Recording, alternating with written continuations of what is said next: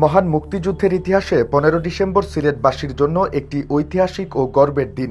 এই দিন সিলেটের মানুষ স্বাধীনতার স্বাদ গ্রহণ করেন। রক্তক্ষয়ী 9 মাস মুক্তিযুদ্ধের মাধ্যমে অর্জন হয় এই অনন্য গৌরব মাখা ক্ষণটি। 1971 সালের এই দিন সন্ধ্যায় মুক্তিযোদ্ধারা বীরের মতো সিলেট শহরে আসতে শুরু করেন। অন্যদিকে শহর থেকে পালাতে শুরু করে পাক বাহিনীর দোসর আলবদর রাজাকার আল শামস বাহিনীর সদস্যরা। তাই 15 ডিসেম্বর সকালের চিত্রটা ছিল অন্য দিনের চেয়ে আলাদা। অন্য এক আনন্দ প্রবাহ বয়ে গেছে সিলেটের আকাশ জুড়ে। বজ্রকণ্ঠে বেজে ওঠে জয়ধ্বনি। সেদিন রাজপথ স্লোগানে স্লোগানে মুখরিত ছিল। প্রকম্পিত হয় সেদিনের প্রহর। সিলেট জুড়ে ছিল জনতার উচ্ছ্বাস। ধর্ম বর্ণ নির্বিশেষে সকল বয়সী মানুষের মিছিল মিশে গিয়েছিল এক মোহনায়। সব কণ্ঠস্বর এক শ্রুতে মিশে গিয়েছিল সেদিন। 1971 সালের সেই দিনগুলো সিলেটবাসীকে তুমুলভাবে নাড়া দিয়েছিল। স্বাধীনতা অর্জনের জন্য সারা দেশের মতো সিলেটের সর্বস্তরের মানুষ ছিল ঐক্যবদ্ধ। পাকিস্তানি দোসরেরা বাঙালি জাতির ওপর নির্লজ্জভাবে সেদিন ঝাঁপিয়ে পড়েছিল। তাই বলে হাত গুটিয়ে বসে থাকেননি সিলেটের মুক্তি পাগল মানুষ। সকল শক্তি নিয়ে ঝাঁপিয়ে পড়তেই রুখে দাঁড়ায় তারা। সেদিন সিলেটের অনেক এলাকা জ্বলে পুড়ে ছারখার হচ্ছিল। চারদিকে জ্বলছিল আগুনের লেলিহান শিখা। বোমার আঘাতে ক্ষত বিক্ষত হয়েছিল আলী আমজদের ঘড়ি। কেমব্রিজ হয়েছিল দ্বিখণ্ডিত। ধ্বংসস্তূপে পরিণত হয়েছিল বিভিন্ন স্থাপনা। 71-এর 6 ডিসেম্বর থেকে সিলেট শহরে পাক হানাদার বাহিনীর ওপর প্রচণ্ড বিমান হামলা চালায় ভারত। এই হামলা 13 ডিসেম্বর পর্যন্ত অব্যাহত ছিল। 13 ডিসেম্বর দুপুরে মুক্তিবাহিনীর একটি দল খাদিমনগর এলাকায় এসে অবস্থান নেন। একই দিন মুক্তিযোদ্ধাদের আরও একটি দল দক্ষিণ জালালপুর ও পশ্চিম লামাকাজিতে আসেন।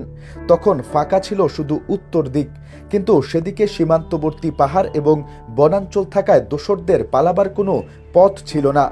হঠাৎ দুজন তরুণ বীর মুক্তিযোদ্ধা ফুরকান আলী ও আনোয়ার হোসেন গোরা খাদিমনগর থেকে একটি গাড়িতে চড়ে পাকিস্তানি দোসরদের আত্মসমর্পণের জন্য বেশ কয়েক ঘন্টা ধরে শহরে মাইকিং করতে থাকেন।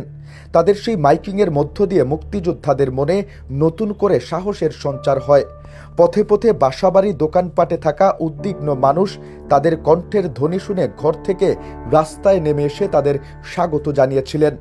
তখন হানাদারদের অবস্থান ছিল সিলেট সরকারি কলেজের আশেপাশে। প্রকাশ্যে আসতে না পারলেও গোপনে তারা সংগঠিত হওয়ার জন্য শক্ত প্রতিরোধ গড়ে তোলে। ওই দিন প্রায় 9 ঘন্টা সম্মুখ যুদ্ধের পর নিরুপায় হয়ে পাকিস্তানিরা আত্মসমর্পণের পথ বেছে নেয়। এরপর শুরু হয় আরেক অধ্যায়। মাছিমপুর থেকে নিক্ষিপ্ত একটি শক্তিশালী মর্টার এসে আঘাত করে সুবেদার রানাকে। সঙ্গে সঙ্গে তিনি নিহত হন। আহত হন মিত্রবাহিনীর আরও 2 সদস্য। তবে তাদের নাম সেদিন জানা ছিল না কারো। পরে 14 ডিসেম্বর সরকারি কলেজের আশপাশ থেকে শত্রুরা তাদের অবস্থান তুলে নেয়। ওই দিন দুপুরে দেওয়ান ফরিদ গাজী ও কর্নেল বাগচি বিনা প্রতিরোধে শুধু শহরেই নন, বিমানবন্দরের পাশে গড়ে ওঠা শত্রুদের মূল ঘাটির কাছাকাছি পর্যন্ত ঘুরে আসেন। ইতিমধ্যে জেড ফোর্সের সেনারা এমসি কলেজ সংলগ্ন আলুরতলে সরকারি দুগ্ধ খামারের কাছে পৌঁছে যান। তখন পাকিস্তানি সৈন্যরা সব দিক থেকে অবরুদ্ধ হয়ে পড়ে। ওই দিন সন্ধ্যায় চারদিক থেকে মুক্তিবাহিনী ও মিত্রবাহিনীর জওয়ানরা দলবদ্ধভাবে এবং স্বতঃস্ফূর্ত হয়ে শহরে প্রবেশ করতে শুরু করেন। মুক্তিযোদ্ধাদের কোলাহলে মুখর হয়ে ওঠে সিলেট শহর।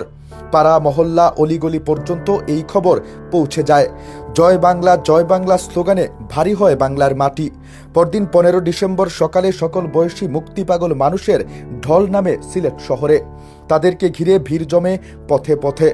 ঘড়িতে তখনও 12টা হয়নি। শহরবাসী মাইকের মাধ্যমে উচ্ছ্বাস ভরা কণ্ঠে গোটা সিলেটে প্রচার করতে থাকেন, সিলেট আজ হানাদার মুক্ত, সিলেট আজ হানাদার মুক্ত। সেই থেকেই প্রতি বছর 15 ডিসেম্বর সিলেট মুক্ত দিবস হিসেবে পালিত হয়ে আসছে।